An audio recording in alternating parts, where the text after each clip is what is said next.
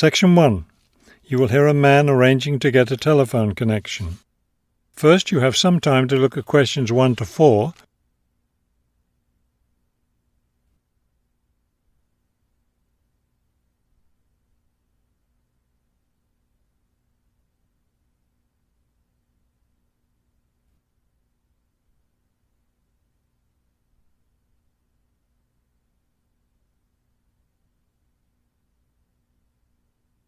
You will see that there is an example that has been done for you. On this occasion only, the conversation relating to this will be played first. This is the ClearPoint Telephone Company Customer Service Office. My name is Ms. Jones. How may I help you? Yes, I'm moving and I'd like to arrange to have a phone line installed. The woman answers the phone. This is the ClearPoint Telephone Company Customer Service Office. So the words telephone company have been written at the top of the form. Now we shall begin. You should answer the questions as you listen, because you will not hear the recording a second time. Listen carefully and answer questions 1 to 4. This is the ClearPoint Telephone Company Customer Service Office. My name is Ms. Jones. How may I help you? Yes, I'm moving and I'd like to arrange to have a phone line installed. Of course. Let me get some information from you first. May I have your name, please? It's Kramer, Harold Kramer. And would you spell your last name for me, please? Kramer. M-E-R. Got it. Okay. Could I have the address where you'd like to have the telephone connected? That would be number 58, Fulton Avenue, apartment 12. Is that a business or a residence? A residence. It's my new home address. Then the type of phone service you want is residential, not business? Yes, it's for my home. All right, fine. Now, let me get your employment information. Who is your current employer? I work at the Wrightsville Medical Group. Then your occupation is doctor? No, I work for the doctors. I'm the office manager.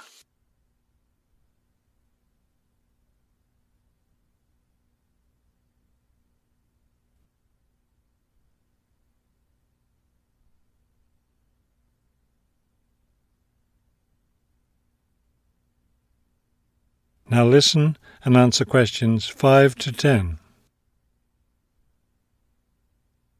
Okay. And could I have your work phone number?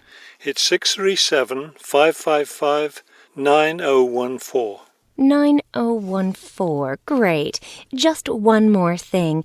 I need to know how long you've been at your current job. I've been working there for quite a while now. Let me see. 9, that's right, 9 years. Okay, good. You've been there long enough, so I don't need to ask about any other work history.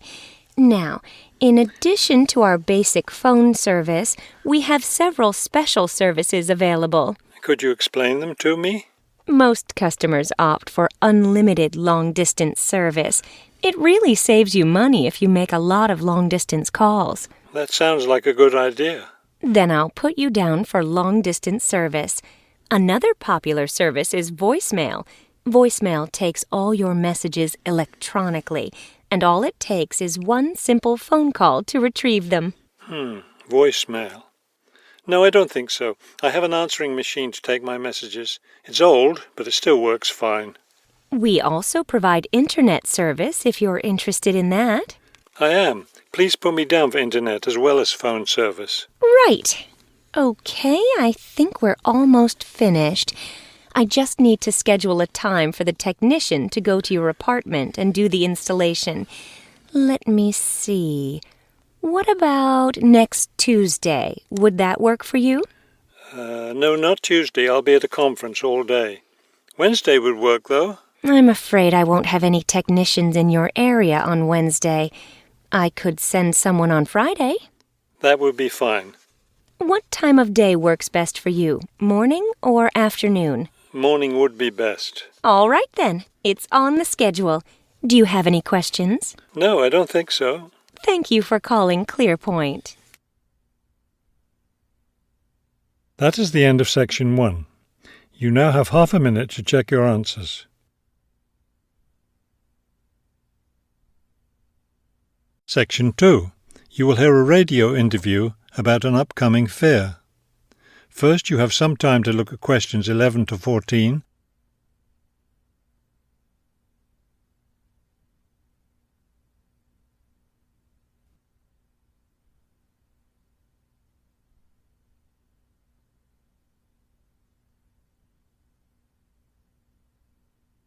As you listen to the first part of the talk, answer questions 11 to 14. Good afternoon and welcome to City Hour, the radio show that brings you all the latest information about events in and around our city. Today we have with us Cynthia Smith, who is heading up this year's City Fair. Cynthia, would you start by giving us some of the basic information about the fair? Where will it take place this year? I'm glad you asked that question because I know most people will be expecting the fair to be at the fairgrounds as usual, but we've had to change the location this year due to some construction work. You know, they're building the new high school in that neighbourhood and they've been using the fairgrounds as a place to store construction materials. So we've moved the fair to City Park, which I think is a wonderful location. Yes, that will be a great place for the fair. I understand that the fair begins on Friday morning with a special opening event. Actually, it won't begin until that evening, but you're right about the special event. Traditionally, we've begun with a parade, but this year our opening event will be a special dance performance. And the most exciting part is that the mayor will be one of the dancers. The mayor is a woman of many talents. Cynthia, could you tell our listeners about the price of admission? What will it cost to attend the fair? We're trying to keep the price down as much as possible. A 3-day pass is just $25, or you can buy a Saturday or Sunday only pass for $15. The opening event on Friday, the dance performance, doesn't cost anything to attend, and we're hoping a lot of people will come to watch that.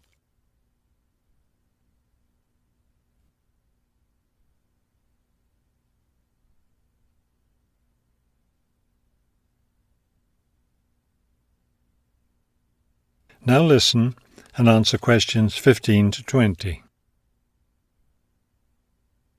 Could you tell us about some of the events planned for Saturday and Sunday, the main days of the fair? We have a lot of exciting things planned. There are a number of events especially for children, including a clown show on Saturday afternoon. On Saturday evening, we've got an event that can be enjoyed by the whole family, a concert by the lake. I'm sure that will be a popular event. Is there anything special planned for Sunday? Yes, a really fun event, and we hope a lot of people will participate. There'll be a singing contest in the afternoon. It's open to everyone at no charge. It doesn't matter whether you're an experienced singer or not. If you've always dreamed of singing on stage, this is your chance. That sounds like a lot of fun. I think it will be. I'd also like your listeners to know that besides the special events I've mentioned, there will be things taking place all weekend.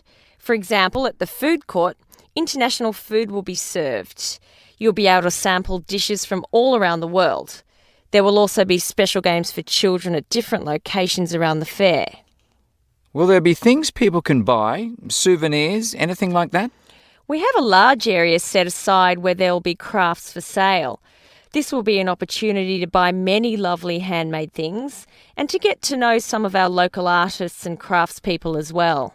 It sounds like there will be a lot of fun for everyone at this year's fair. Thank you for sharing the information with us, Cynthia. Thank you for inviting me. That is the end of Section 2. You now have half a minute to check your answers. Section 3. You will hear a conversation between a prospective student and a university advisor about applying to enter the university. First, you have some time to look at questions 21 to 23.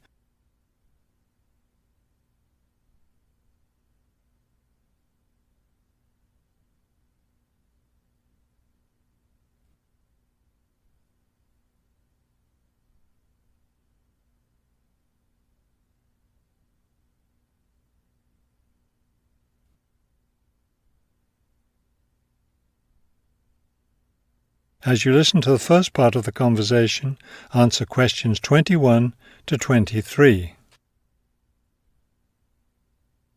I'm interested in entering your business administration program, and I'd like some information on how to apply. I'm a little concerned because I've been out of school for a number of years. That could actually work to your advantage. It's possible to get academic credit for work experience if that experience is related to courses in our program. I've been working in business for several years. How would I get academic credit for that? First, you'll need to read the university catalogue to see if any of the course descriptions match your specific job experience. For example, if you've worked in accounting, you may be able to get credit for an accounting course. So then what would I do? You would write a summary of your work experience, relating it to specific courses we offer. Submit that to the admissions office with a letter from your work supervisor confirming your experience.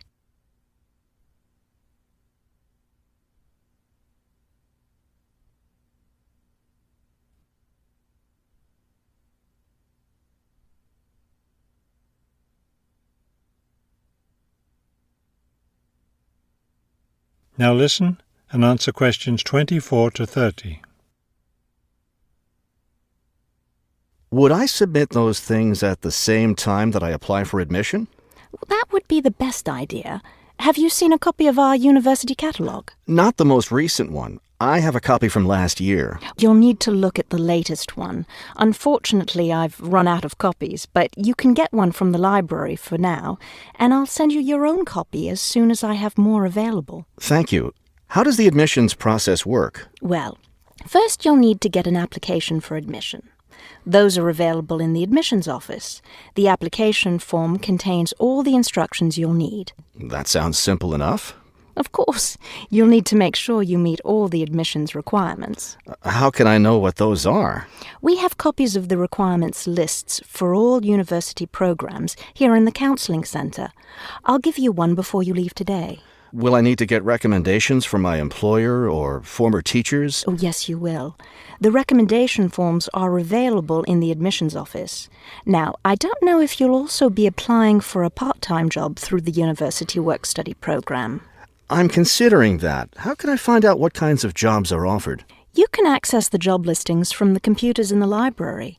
Are you planning to study full-time or part-time? I want to be a full-time student. Good. Then you'll qualify for the work-study program. Part-time students aren't eligible. As a full-time student, would I be eligible for a free bus pass? No, unfortunately, we don't have those available for any of our students. However, you can apply for financial assistance to help pay for your books or for your tuition. I'd like to look into that. Do I apply for that at the admissions office? No, that's through us. You'll need to make an appointment with a counsellor. That is the end of section 3. You now have half a minute to check your answers.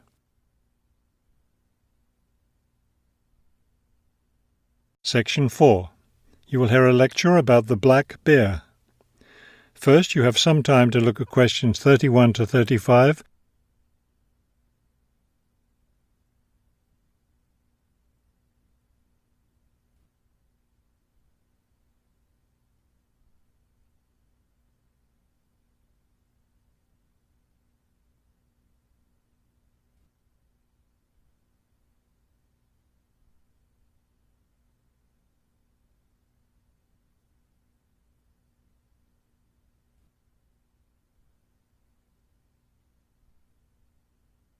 Now listen carefully and answer questions 31 to 35.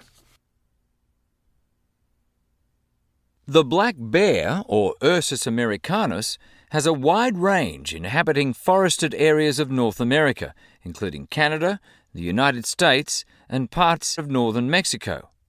Black bears are omnivores, getting their nutrition from a wide variety of plants and animals. The particular foods any one bear eats depends on what's available in the area where that bear lives, as well as on the season of the year. Generally speaking, plant foods make up 90% of the bear's diet. The rest of its meals consist of animal foods, such as insects and fish. Bears have a relatively long gestation period. Mating takes place in the spring or early summer, but bear cubs aren't born until the following winter. Usually, 2 cubs are born at a time, although some litters may have as many as 5 cubs. Bear cubs are dependent on their mother and may stay with her for close to 2 years. Wild black bears can live as long as 25 years.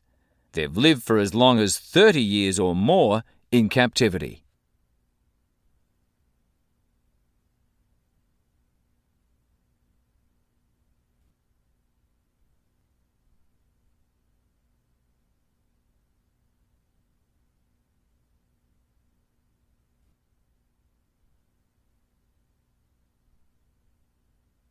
Now listen carefully and answer questions 36 to 40.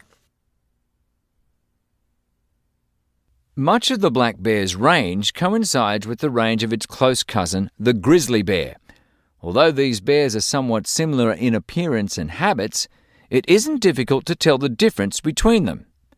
Colour isn't necessarily a distinguishing characteristic, as both species of bears occur in a range of colours from almost blonde to dark brown or black.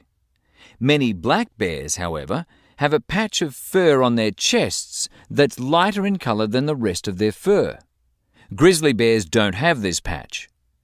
Size isn't always a distinguishing feature either, although grizzly bears are usually heavier with an average weight of 225 kilos. Black bears average 140 kilos in weight. Grizzly bears spend time digging in the ground for roots and tubers that make up part of their diet. The large muscles they need for this give them a distinct shoulder hump. This hump is absent in black bears, which don't do the same kind of digging. The shape of the face and ears is also different in each species of bear. Grizzly bears have a depression between the eyes and nose, and short, round ears.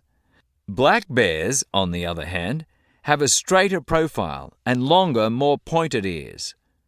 Grizzly bears are known for their fearsome, long, sharp claws.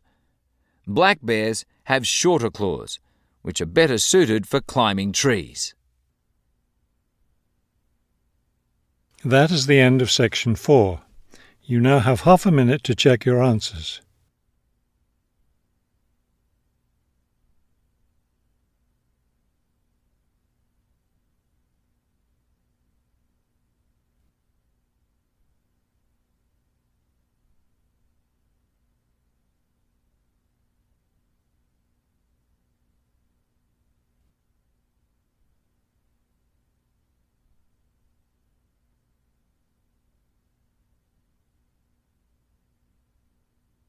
You will now have 10 minutes to transfer your answers to the listening answer sheet.